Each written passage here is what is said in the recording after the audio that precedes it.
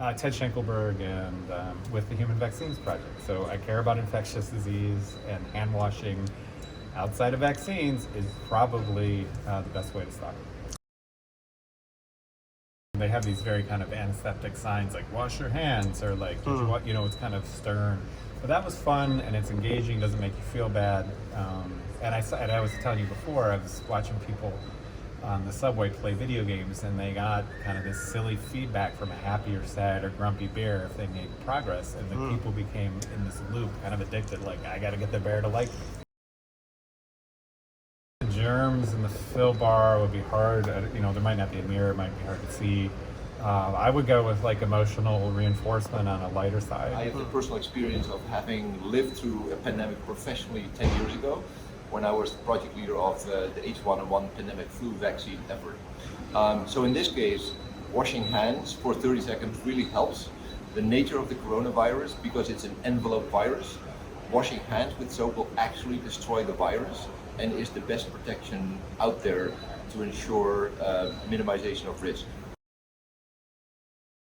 I think it's human behavior. We're also, you go to the bathroom, you're in a hurry, you want to go somewhere.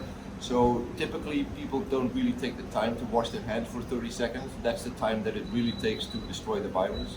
So a visual or an audio cue to help remind everyone to say, hey, I really need to wash my hands for 20-30 seconds thoroughly, using the places that you typically don't use, like your thumbs and between your fingers, really helps in this case.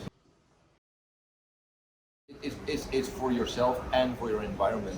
The first thing you then need to think of your coworkers and anybody who's currently in your environment. But it's easy to think you go back to your family, friends, children, spouses, partners. So it's both of those are really important. Rick Solomon, physician. I think all you need is the timer. That's the key. The friendly wave, the when reinforcement or punishment, not necessary. What we need is to see a timer. The physicians and healthcare workers in the hospital know what is required. There's not a need for education, there's just a need for action. And the timer is what's missing. Hand washing is probably one of the biggest public health advances in human history. And I love the prototype because it was fun, it was interactive, it was cheerful, it did make you feel like the whole world was crashing down in the age of coronavirus. And it reminded you in a simple way of something everyone needs to do.